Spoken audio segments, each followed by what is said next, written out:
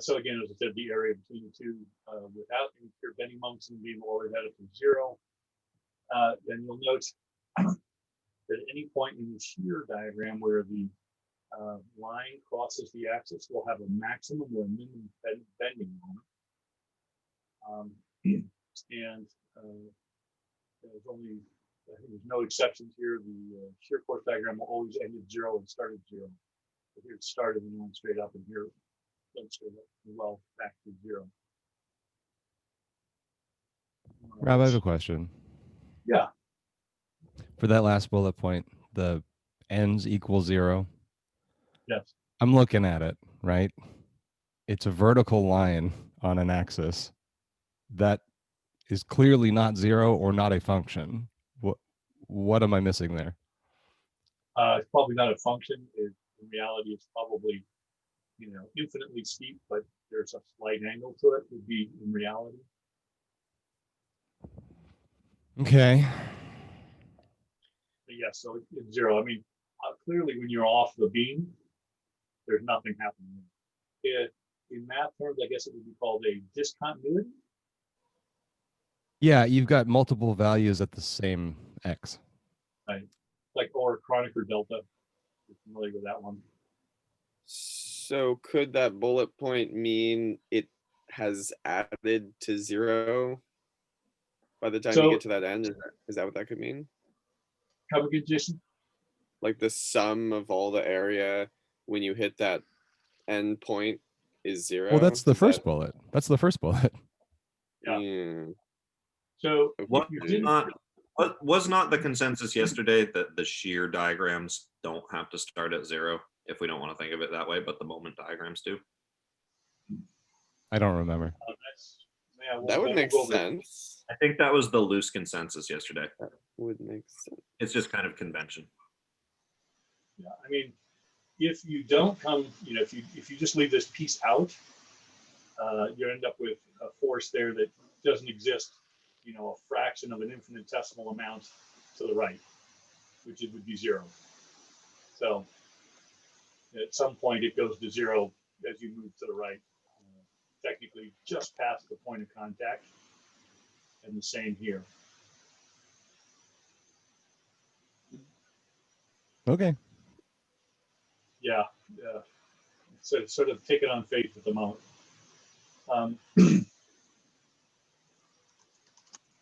So here, again, it's the same. The sum of these areas should be zero. And I'll put the caveat on there. There's no pure moment in there. If we put a pure moment on there, this first bullet doesn't hold true. The second is that the shear diagram is a derivative of the moment diagram, or if you prefer, the moment diagram is the integral of the shear diagram. Yeah, that's great. Go either way, it doesn't matter, but that's important to know that those two things exist. So the other thing to look at is that the moment diagram right here, the value of the moment diagram at any point is going to be the sum of the area, the shear area up to that point. So if I took area 1 and I took whatever that was, it would be 10 kilonewtons times whatever distance. That would be my point here at the peak. So all of that area 1 is the value of the peak. And you can see as you go along, moving along, the value goes up because the area increases. And the same is true on the other side as it goes down. It's now negative.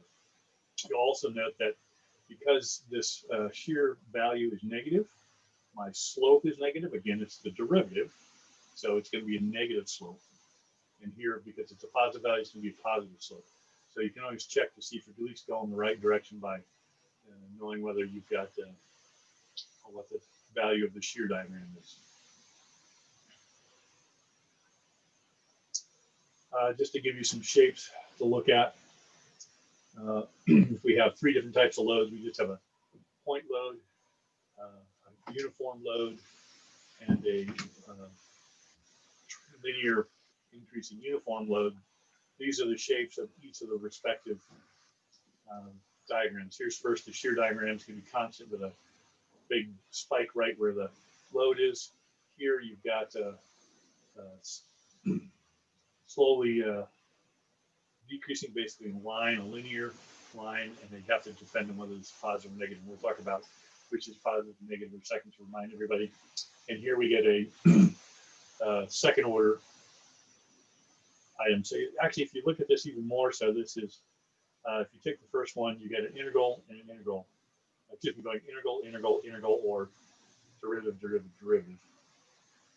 So all three line up, which is why when you get to the moment, this is linear. This is then linear went to parabolic, and then parabolic went to cubic.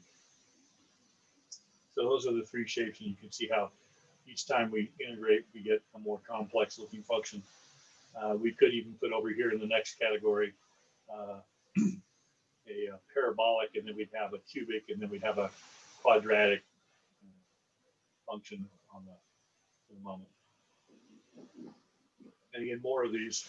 And most of this here is here for reference, so you can come back and look at it.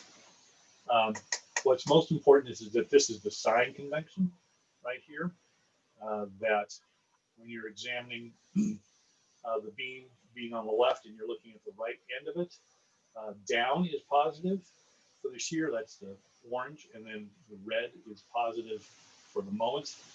And if you were looking at the left-hand side of the beam, it would be in the opposite direction. And then, of course, everything's conversely the opposite when you're looking at negative. But keep those conventions in mind. I usually try to put them right on the diagram so that I don't get confused. There's some examples there of each. You can have a look at those. And again, here's sort of I just more or less stated is the shear diagram is a derivative of the load diagram, and the moment diagram. Excuse me, the weight diagram is a derivative of the shear diagram, and the shear diagram is a derivative of the moment diagram. And of course, like I said, you can go the other way with the integrals. So, Rob, what are we looking at with that sign convention? That first one. Actually, the first two. one. Let me stop sharing my screen and go to the board for a second. Looks important. I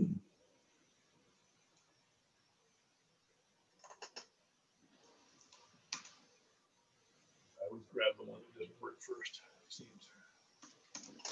Yeah, right. Okay.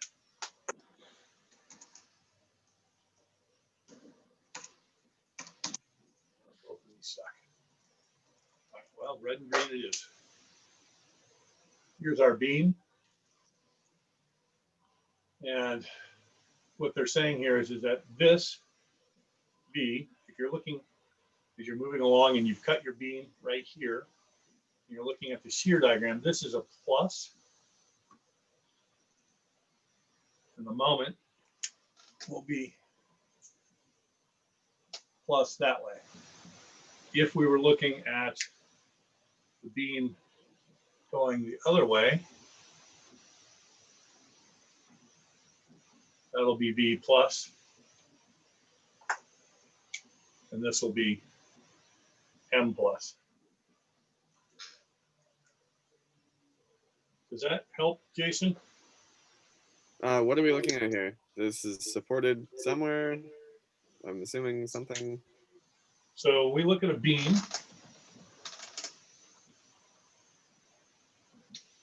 We're going to talk about the method of sections. And we've got some load, two reactions, and we cut right here.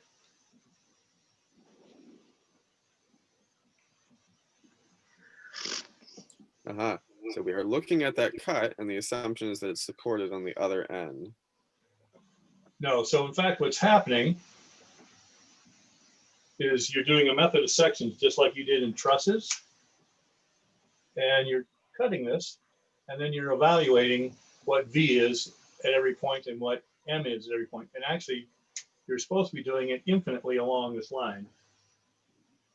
What we do is we do it slowly at certain points, because we know, based on what we've already discussed, how the moment's going to react and the shear force is going to react under certain kinds of loads. We know whether it's going to be linear, nonlinear, parabolic, cubic, negative, positive. So But what we do is we just evaluate all the way along. You can see right here that as we go all the way up to this point, R is going to be equal to B. Quite simple, but M will slowly increase because the distance that we're doing the method of sections is. So it's important that you know what X is in order to calculate your moment. Hey, Rob. Yeah. Can you in like words, like kind of like theory, explain why each time you go from just the forces to the shear loads to the moments, you get a higher order mathematical equation? Like you take derivatives or integrals, and like can you explain like the relationship a little bit? Because kind of like I'm thinking like physics, you know, where you have acceleration, velocity, speed, and they kind of all go together. Yes. So the best way to think about this is in terms of units. I just look at it in terms of units. Right here, moment is what? A force times a length, correct? Mm-hmm. And when we do this to get an area, we take a force times a distance. And so that's why it's equal to the moment. If we do it the other way, what we have is a moment diagram, which is a force times a distance. Again, that's a moment, but we take the derivative along the x, we get rid of the x, and we end up with just the force. So that's, you know, mathematically, I should say, unit-wise, why that works. Okay. But if we go back to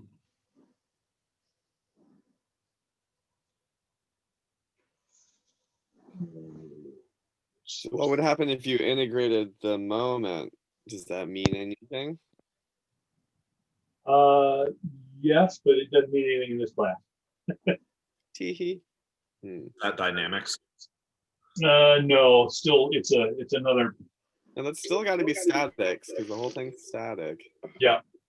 So also, Andrew, to answer your question here, is you'll see that M is a function of X.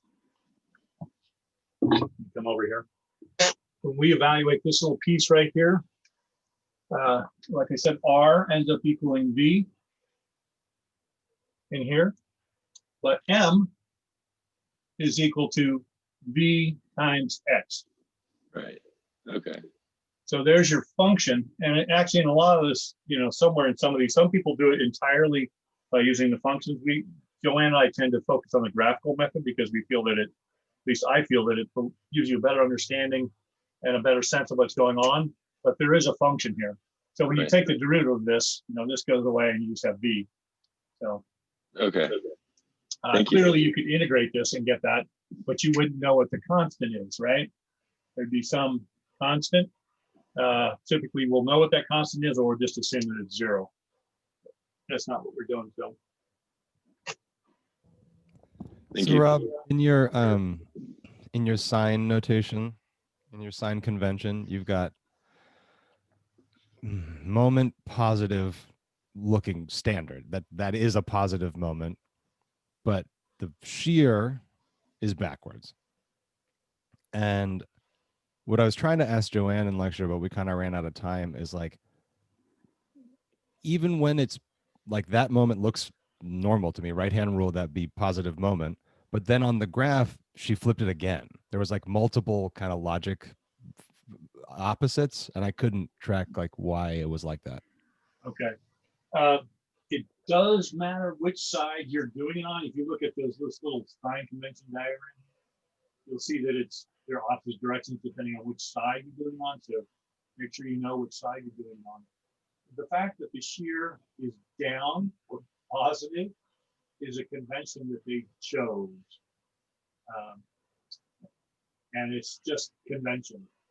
It is odd that down is positive, but if we look at, go back to the board here.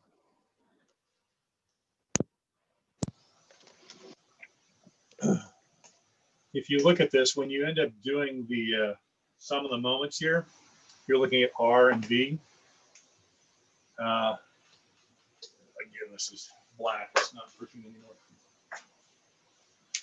We did the sum of the moments in the Y, or excuse me, sum of the forces in the Y, and we have equal to 0 is R minus V.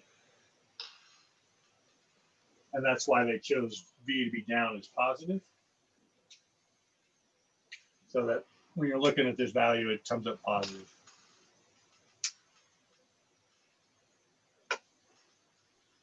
That's fine. I might have actually taken the notes wrong before, because I think I had the moment backwards as well, and it felt like there were too many backwards things. Don't feel bad, David. I get confused as well, to be honest with you. So Okay, thanks. that's why I try and put that little diagram just to the left of all of my shear and bending diagrams, so I kind of am reminded of what's what. All right, there is a short, it's actually a fairly long video. It's a good explanation. He does this more mathematically than graphically, but it's a good video. Again, this is where I was. Methods to create a VBM diagram. So you need to solve for the reaction to supports. What I've decided to do today is I'm going to give you the reactions of the supports. I hate to have you guys goof up on the reaction of the supports and you get the rest of the problem wrong. So I'll give them to you when we start the assignment. But that's the first step you always do, is solve for the reactions of the supports. Create a free body diagram with reactions in place. Seems fairly straightforward. Start with the shear diagram and work left to right using methods of sections. I find that to be the most useful, and solve the free body diagram at each section. Clearly, like I said, you can choose to be somewhat strategic about where you choose to do your method of sections. Like I said, ideally, you would do it across the whole thing, little bit by little bit. That would, in essence, be creating the function that you're trying to evaluate. But by just using certain strategic locations, and we'll go through some of those, you can get your shear diagram.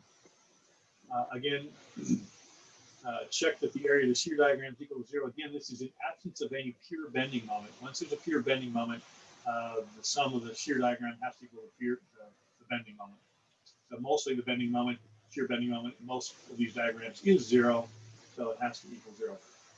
Well, again, we'll do one that's not, so you can see what I'm talking about. Start work from left to right. Use the method sections. Use the graphical method to evaluate the area of the shear diagram to determine, it should say moment diagram right there. My bad. Value of the moment diagram to determine the slope. Lastly, any crossing of the or x ordinate along the beam, that is, determine its value at the crossing. So those are usually critical points. It's either maximum moment or minimum moment. So you always want to try and evaluate right there at those points.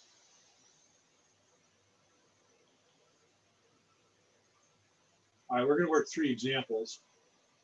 But any questions at this point besides what you guys already asked? I'm happy to entertain more.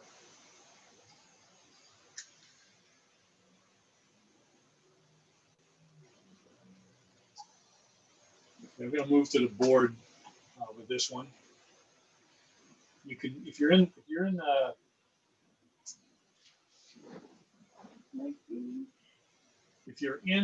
Canvas right now, you can see that it's already solved there, but we're going to walk through piece by piece together. But first, let me clean the board off here.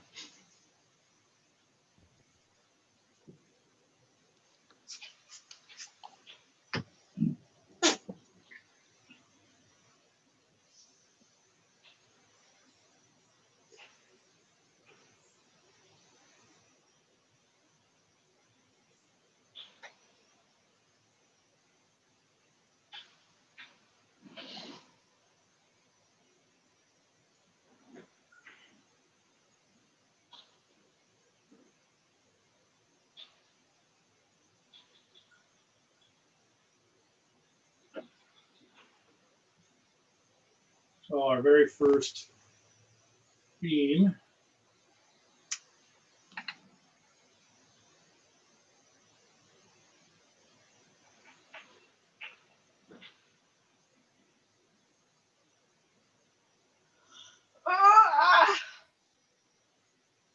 Anybody okay there?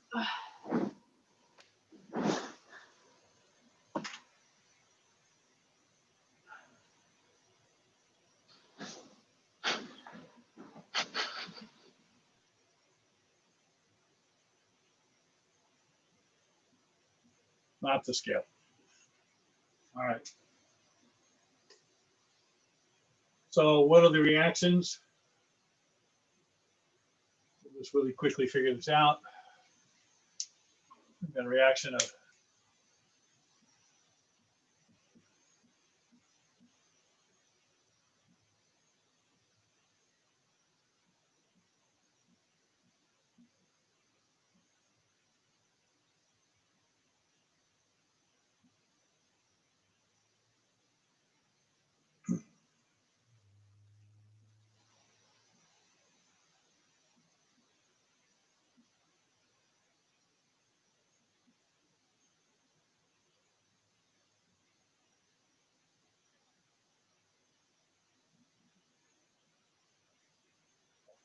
all right. Does anybody want to tell me where we're starting at right here? 25. Yeah.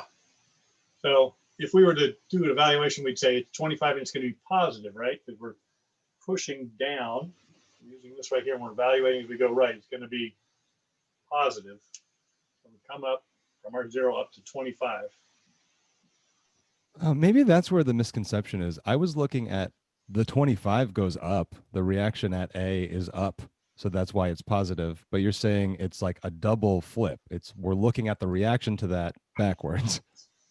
Yeah. So really, what we're doing is we're looking at the beam, like I said, super small here, super small X, and we've got 25 pounds. And then we've got V. And then when we do the sum of the moments or sum of the forces, 0 equals R minus V, and this is 25, so V equals 25. So it's a positive. So maybe that was the question. Like what these graphs are actually charting is conceptually a reaction to what's happening. Yeah, you're basically at each point you're evaluating what's happening at the beam. So if you, like I said, the method of sections, if you can evaluate, imagine that and you cut it, these are the forces that will exist at that spot. Well, but you said what's happening there. What's happening is the pin pushes up, right? Right. But what we're tracking is actually the reaction to that at that point. Yes. Okay, that helps. Thank you. Yeah. Yeah. So, we don't really need to. We know that the shear isn't going to change anywhere we go along this equation is going to change until we get to here. So we can move right along to here.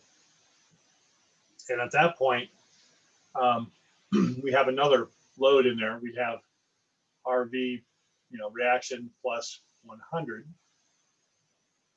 So we're going to have V is equal to 125 down, right? Because now our beam has this,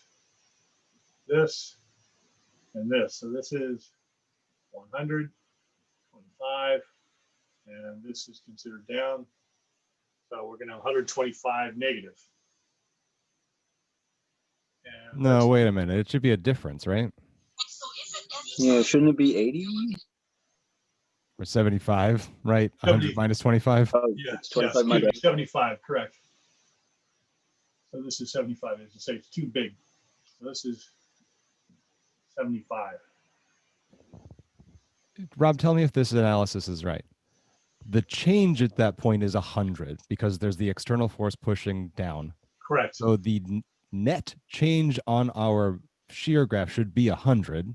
Correct. Okay. And then we come along to the next roller pin.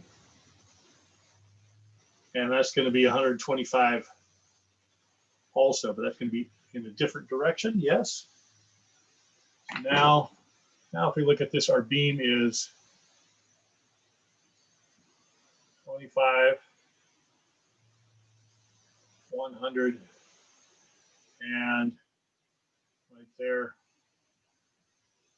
it said 125. And then we have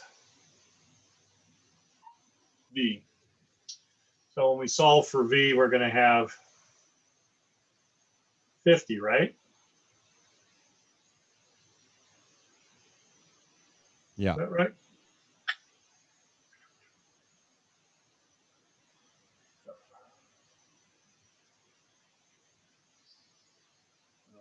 Double check.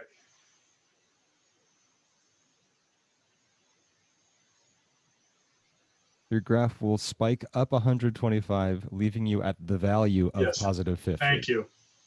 Yeah. So this will leave us at 50. Which should be higher than the first spike. Yeah. I'm Okay. running out of space. And of course, that should make sense. It should be 50 because you know from 50 over here, and then it goes down.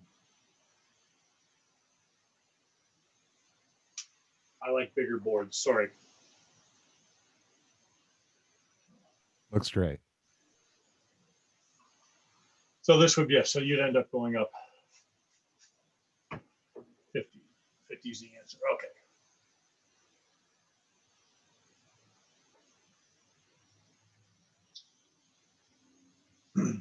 So we know, if we're looking at the moment now, again, our moment function right here is going to be 25. What are we working with? Pounds times x, and x being our distance. So the slope right here is going to be 25. We're going to have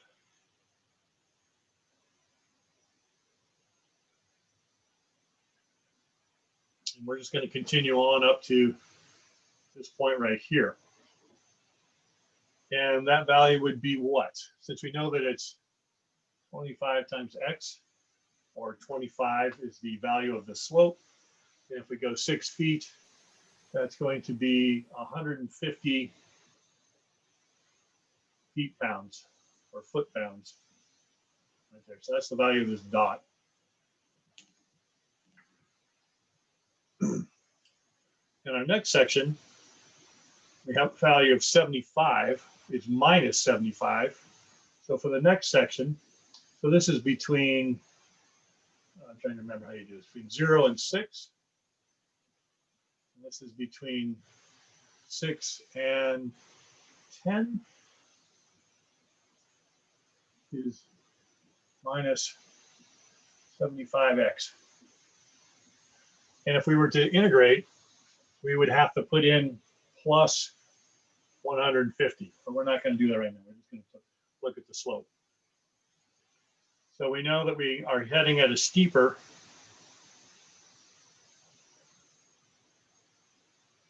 down there. So actually, let's put that in there, plus 150. So when we evaluate from 6 to 10, what do we end up with? We end up with 4 times 75, that is 300.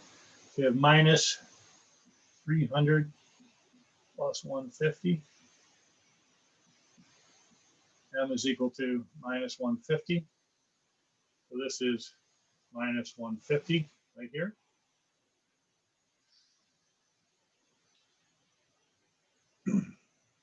And the next section, we know the slope's going to be 50. It's not going to be as steep as this one, but it's going to be a positive slope. And we know that it's going to intersect right there. We know it's going back to 0 because we know the moment is 0 there.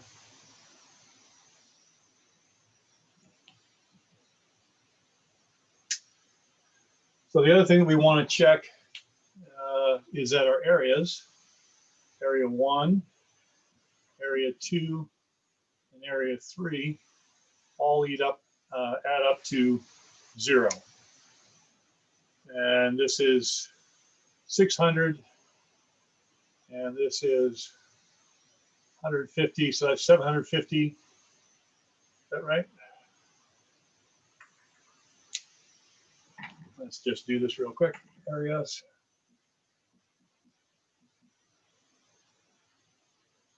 Is, 25 times 6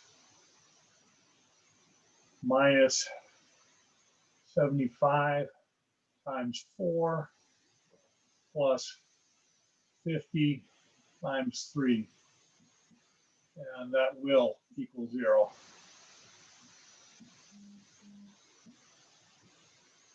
So that's a check that we got that right. Like I said, you can sum up these values as you go along. So if I summed up this to here, I'd say, yes, I got 150. And as I go along, even if this area and then this small area will equal this right here.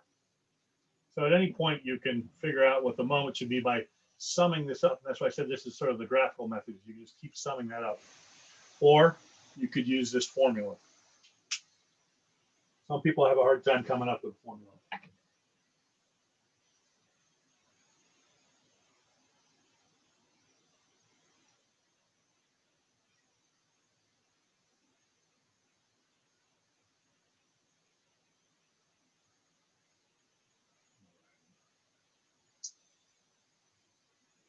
Let's go back to looking at our example problems. So this one here, if you're in Canvas, is a GIF. So you can actually watch it. So this is the problem. Actually, no, I did this as a GIF. One of these I did as a GIF. There we go. So here I go solving it. Let me clean the board. Why don't you guys watch that for a little bit?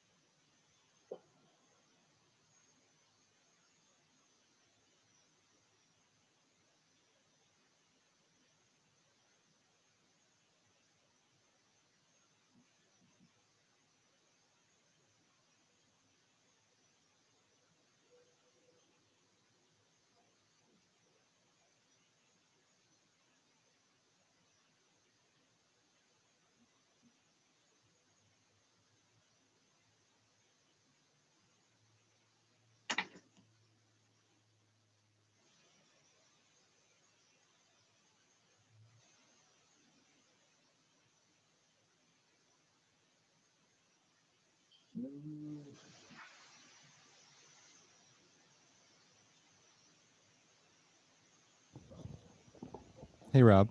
Yeah. So on the animated part where it does this curving section from D to E. Right, in the moment diagram. Yeah. So that looks like a bunch of work to just draw a curvy line. Is it sufficient to say, well, it's going to go back to 0 in the graphical method if we just start, yeah, it curves up, done. Like you don't need that equation. You don't need that quadratic equation to make it look right. No, not unless you're interested in evaluating something right here in the middle. Are we going to, or is that going to be necessary? No, like I said, for this class, primarily where it is maximum and minimums. And if you look at this, I'm not quite sure how to stop it, but as it goes forward, you're seeing anytime it crosses zero, because if we look at the moment diagram, we'll see in a second, those are the points of maximum and minimum, and those are the points of interest for an engineer, is where the maximum things going to occur that likely to break our fridge, our truss, whatever. Right. So let's just look at it one more time, and then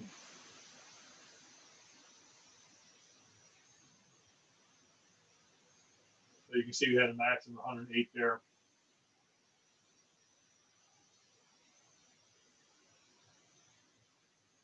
And that little part that just popped in there is how to figure out where that crossing point is.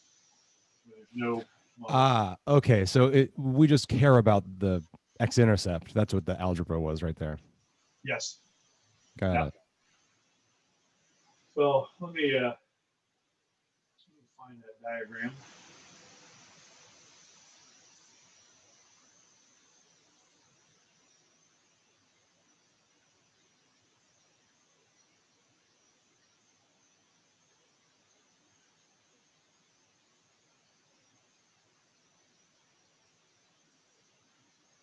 Oh, that's the one. Okay.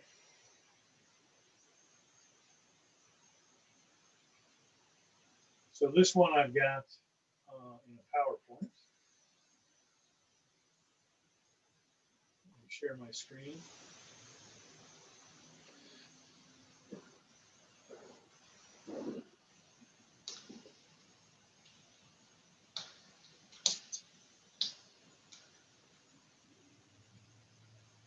Okay. So as I noted before, this will be our beam. We've got three loads, 2-point loads, and then a uniform load. And we roller here so we can make this a determinate situation so we can solve for the reactions. And that's the first thing you do. You solve for the reaction, or really first thing you do is set up your problem.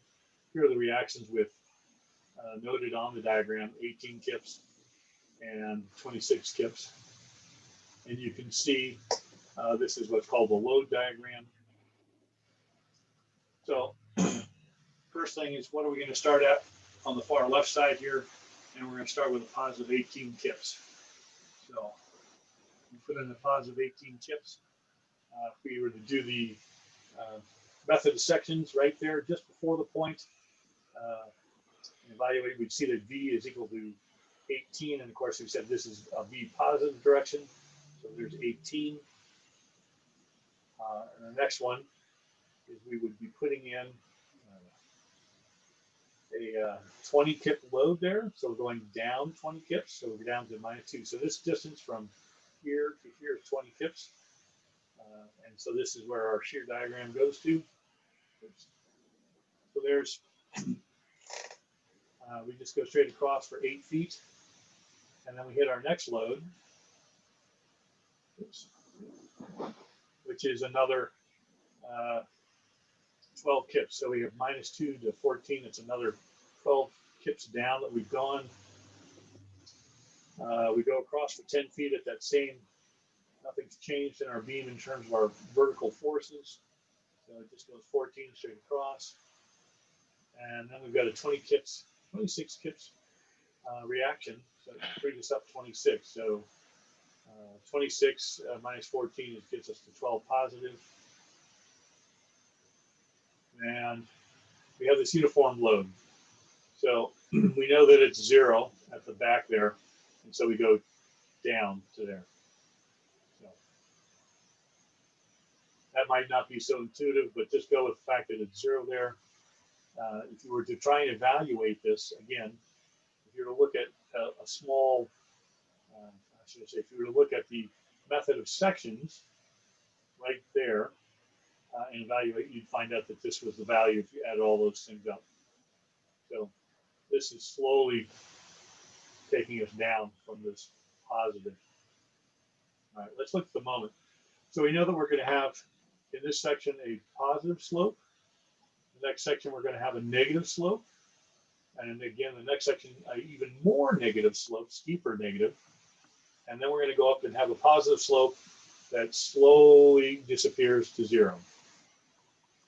So our first one here is, again, we could do the math, which would be 18x times 6. So it's 18 times 6. Again, that's the area, which is also the same as the function. So it'd be 18, like I said, times x. So up to 108. Go to the line. Like I said, now we know that we have a slightly negative slope, so we're going downhill. And so that's going to be minus 2 times 8, because that's our distance, and here's our magnitude. So that's what we're going to have there. It's down to 92. Right. So like I said, again, we have a very even more negative, so the slope is even steeper. This slope here should be steeper at 18 in terms of magnitude. This has a slope of minus 14, so the magnitude is less, but the direction is opposite. And again, so 14 times 10, 140. So minus 140 from 92 minus 140 is minus 48. So if we're interested in this crossing, what we do is we solve this basic equation. We solve for x. We know that 92 over x is how high it is. Again, this is just similar triangles. And here we have 48 over 10 minus x, because we know that this whole thing is 10 feet. And if we solve for x in this case, we end up with x equals 6.6. So this is what this math is doing, is we're basically applying similar triangles. It's a really common tool in VBM to find those intersection points. So be forewarned, you'll need to know the magnitudes on each end of your crossing point and the distance between the crossing point, and then you can solve for it. And as you noted, David, this is where we just kind of fudge it. We just draw in some there. We know that eventually that the slope approaches 0 at the end, and that we have no moment there. So, all right, that's that problem. I'm going to take a short break from talking and ask you guys, what is the scariest or longest suspension bridge you've ever been on? So for instance, a suspension bridge is like the Golden Gate. Is the Answer in the chat box. bridge? This So what suspension bridge have you been on? The longest, biggest, or scariest?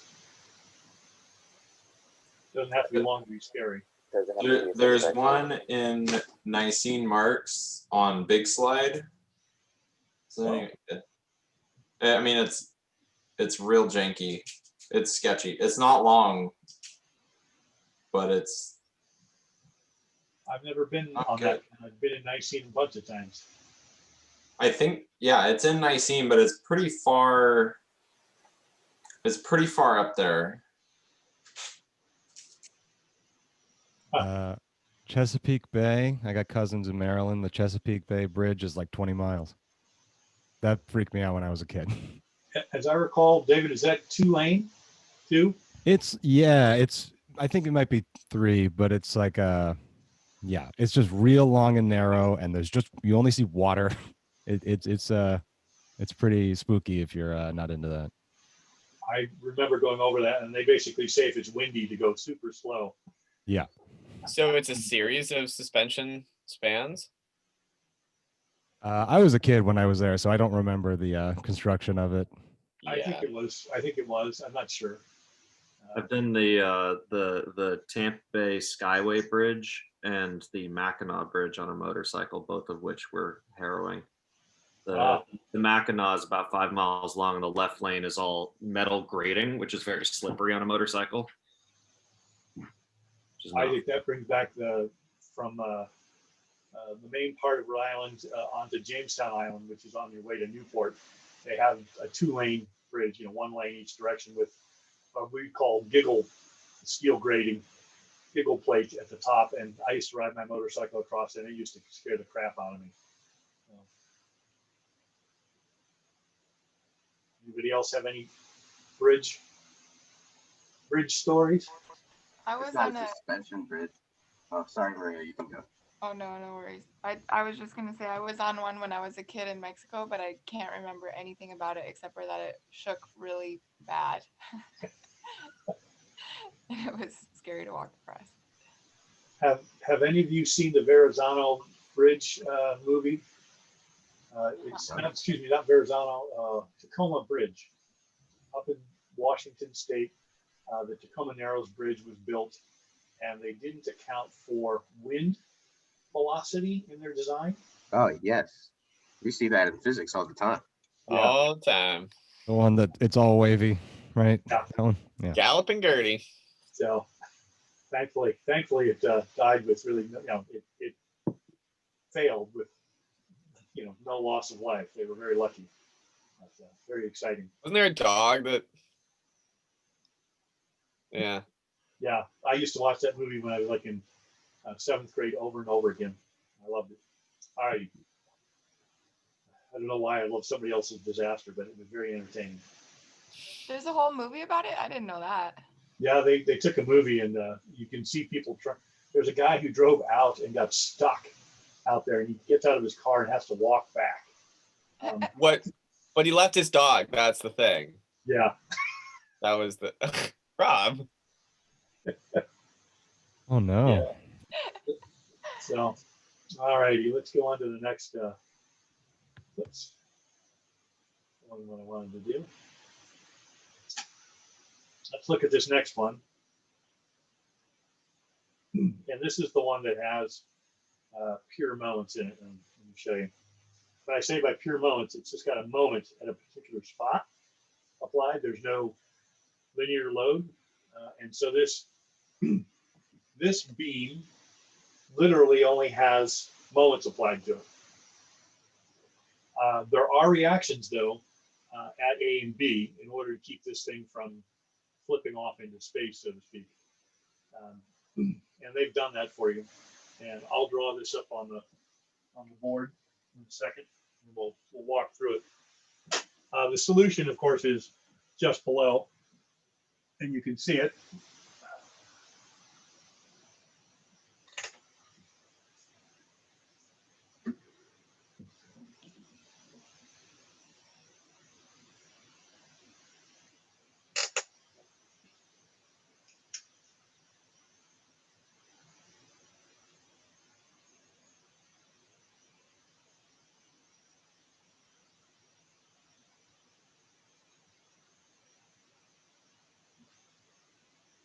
Let me stop sharing and switch videos.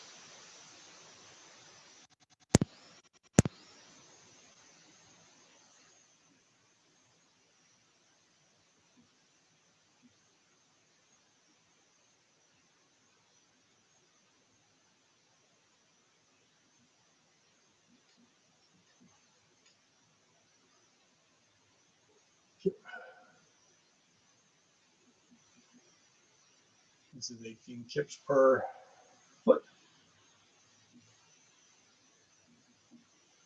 and 27.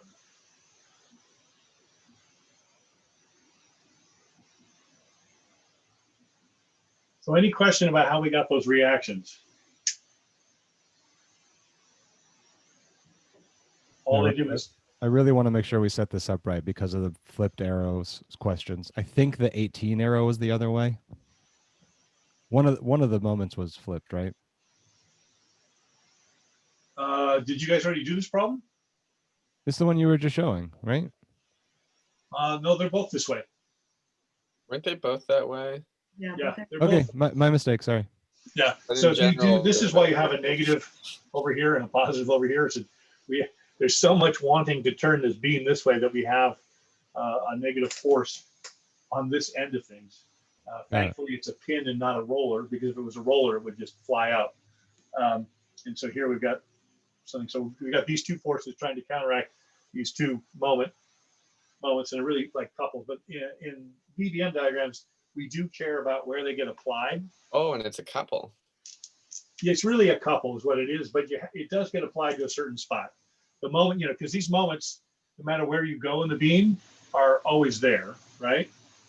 Just like a moment couple. But where we apply them does make a difference. You could think of this as if you had a bridge with a hole in it, and you suddenly had a crane that was lowering something down through the bridge, and it was mounted to the bridge. That might cause a couple in the middle of the beam. Anyways, a moment. All right, so there's our setup. Now let's do our shear diagram. All right. So for right here, and we got -3 kips, what's going to happen? What's going to be our very first thing? We're going to go down -3 kips.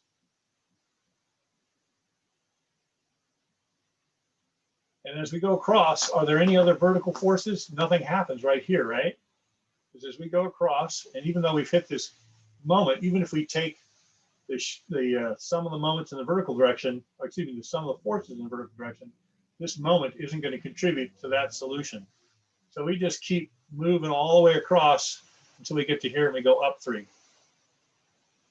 Again, -3 kips. So why am I interested in, really I'm interested in showing this to you, because this is the one where I said sum of this shear diagram should equal 0 except for the presence of these moments. If you have these kinds of moments, when you sum this area up, this is the area, and it's equal to -3 times, what's the total length we've got here? 15 feet, right? So we've got 45 kip feet. And if you look up here and you take these two together, that's 45 kip feet. So this area has to equal whatever the moments, these pure moments up there. If there aren't any pure moments in there, this area has to equal 0. But if there are moments up there, it has to equal whatever those moments are. So, and actually this is a -45. This is, somebody's noted, this is a negative into the board. So is that clear? Because that's a tough one for some.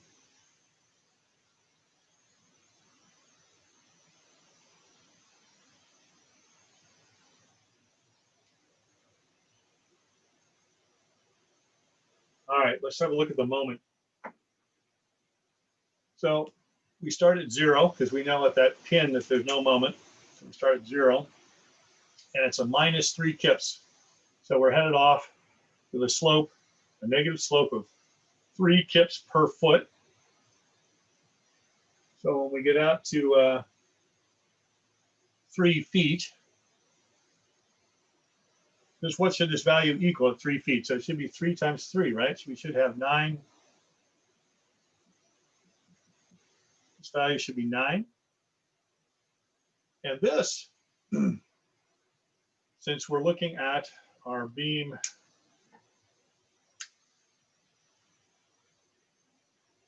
we're looking at moments, that's positive. This is going to react in the other way. And so we go up this distance here, 27. So this is going to make, let's go to, is that right? 18? No. Yeah, 18. That's 18 right there. And again, we're going to continue on.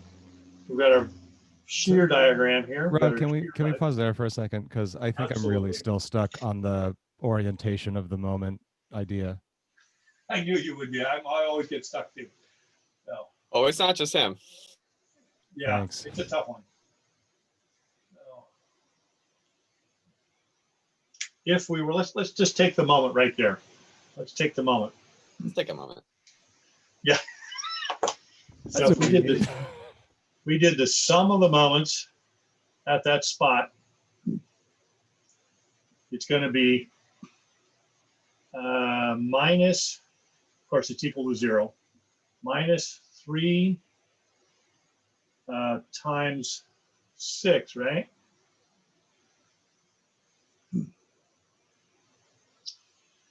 And, excuse me, 3 times 3. 3 times 3. And so the question is minus 27, is that right? It's got to be plus, doesn't it? In order to Well, get to I'm already 18. lost. I'm already lost. Where are you getting the threes? Like what? Oh, 3 times 3? Yeah. Where, I've got a 3x times x. So this right here. This is where I got the 9 right here. okay, but I mean, you said let's analyze the moments and then started doing the slope of a line. I don't understand Okay, if I'm right here, that point. that point, we Okay. know that the moment at any point is going to be equal. So just prior to adding in this thing here, we know what that area is going to be. So it's going to be this lever arm, which is going to be 3 kips times 3 feet. And we said that the moments on our diagram are negative because they're going into the board. 3. And we've got a V of 3, right? Right there. Excuse me, like V. We've got V of 3.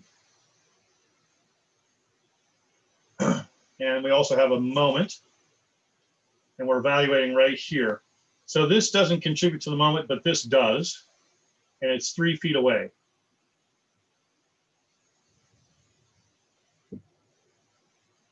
And then we have this moment here, M. And then we have the one that we've just added in, which is 27 going the other direction. So we have this one, which creates, so this is opposite, should be opposite. I always get confused. You're right, Dave, this is tough. Well, let me make sure I've got I'm just genuinely trying to follow it, and so far I really can't. Okay.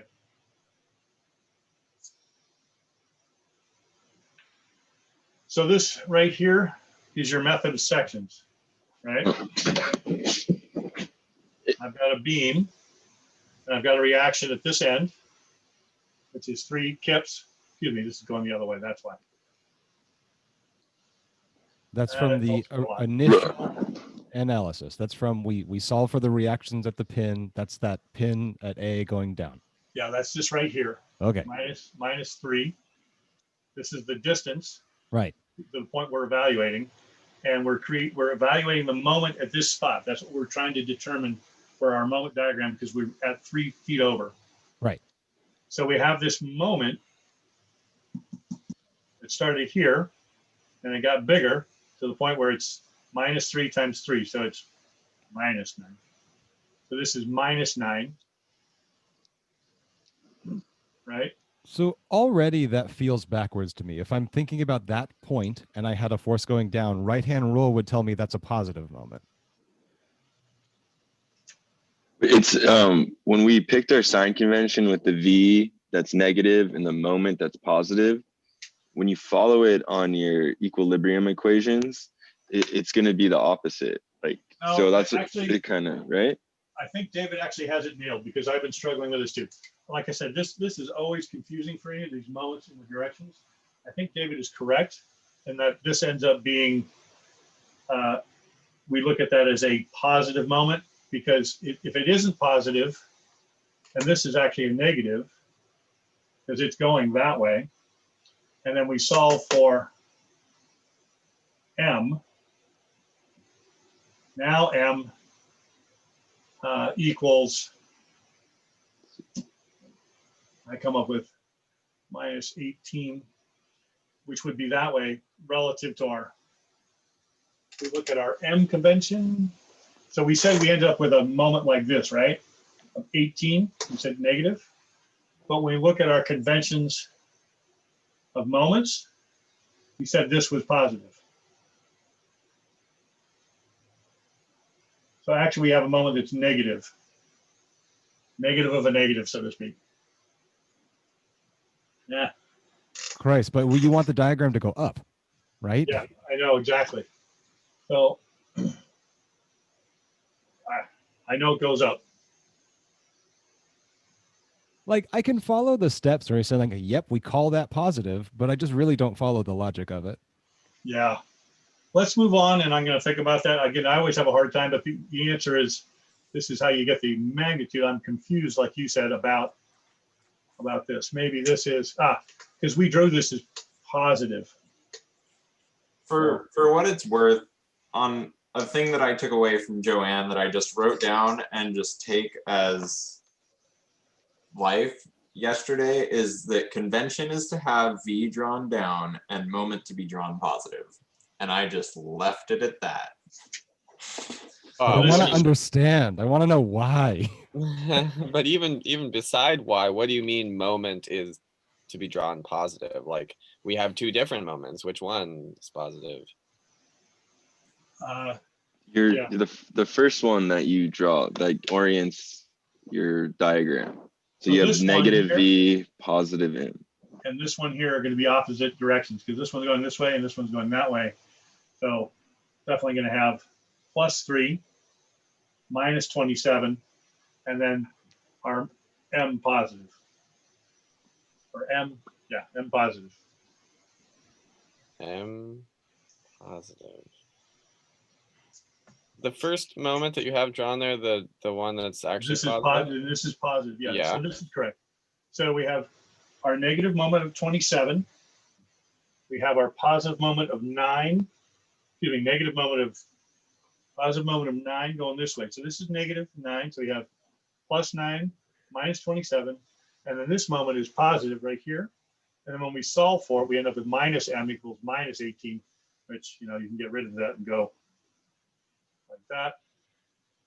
And that's how we get the Okay, plus- that tracks. plus 18. At least that tracks. You're calling that positive moment. You solved it and got positive 18, so it goes up 18. Yes. Okay. Actually, it goes up 27, but the result is 18. Oh. Okay, yeah. Right. So then we just continue on again, the same slope. So this, should be parallel. So we get to this point right here. And again, we'd have to do the same evaluation. But if we go, how far are we going? We're going 5 feet. So we know we've gone another 5 feet and 3 kips per foot. We know it's going to be another -15. So we're going to have 3 right here. And then this is going to go up 18 to 21. And then we know at the end we're at 0 moment. So it just continues on. And of course, it should be 7 feet, right? Yeah. So 7 times 3. So this is, this is tough. Like I said, you can see that even I struggle with it.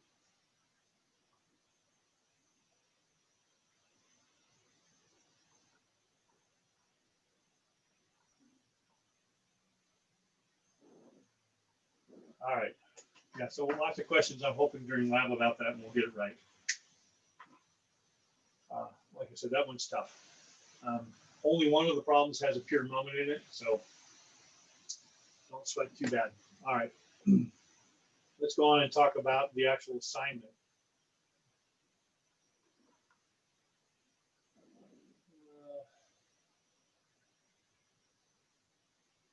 So one of the things I wanted to, we're kind of, I was afraid I'd get too long on this, but that's good.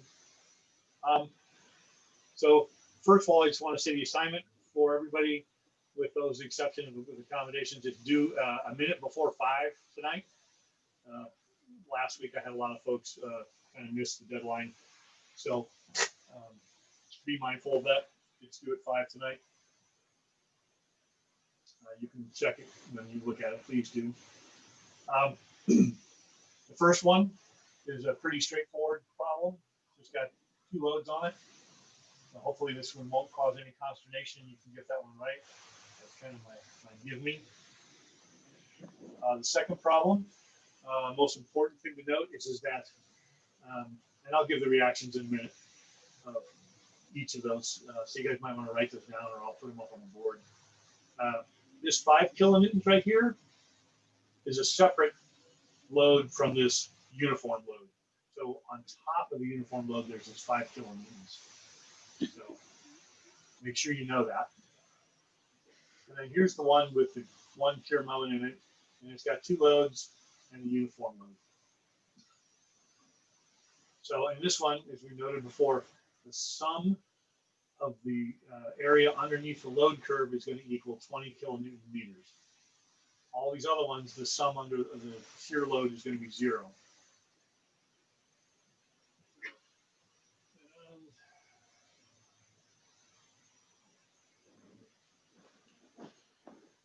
Let me give you the reactions, actually, because I don't want you guys spending time struggling with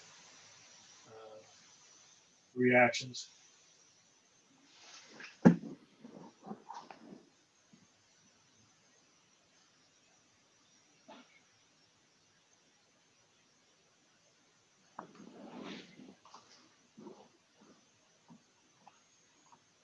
All right, let me put them up here on the board.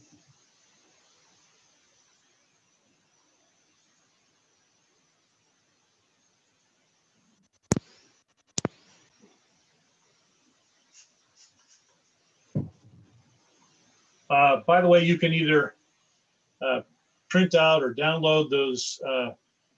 There's a Word document with these problems on it. There's also a PDF with those documents on it, or you can just write on, your paper, engineering paper.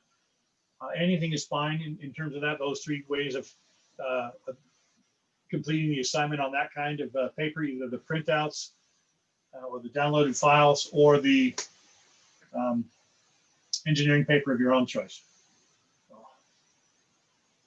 So in problem number 1, we have a beam.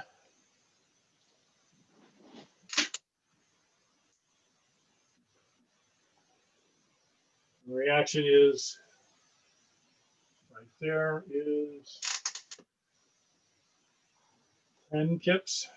By using a 3-body diagram, we can show that the bending moment curve for the section of the beam under the distributed force is defined by the quadratic equation -4f squared plus 34f plus. And somebody's got to mute. Hey, Andrew. All right, 9 and 6. That's number 1. So those are the reactions here.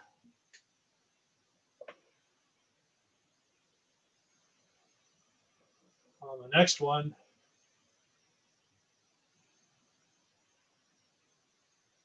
we've got a reaction here and a reaction here. And it's 10 kilonewtons and 5 kilonewtons. And of course, we have this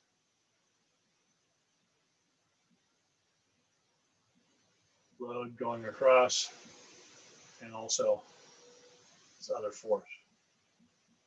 And that's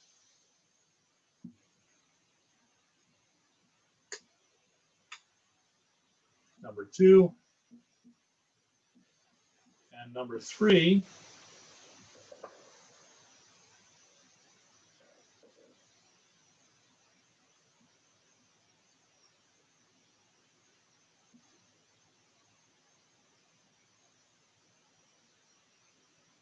we've got a reaction of minus 1.167 newtons, excuse me, kilonewtons. I'm going to forego the units because I'm running out of space constantly here on this board. And hope you guys do the correct units. This is up at 32.167. And then, of course, we had an 8, another 8, and then we had a uniform load of 15 per meter. And then we had this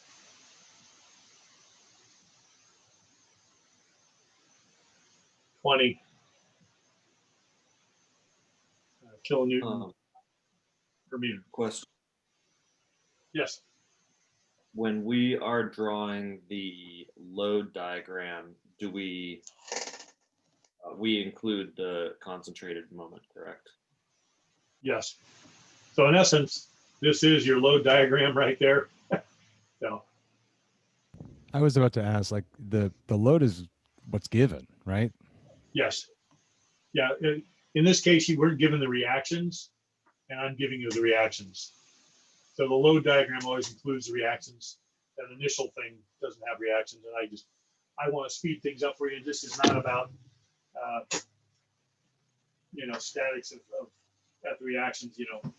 It's right now we're trying to get you to do VBM diagrams.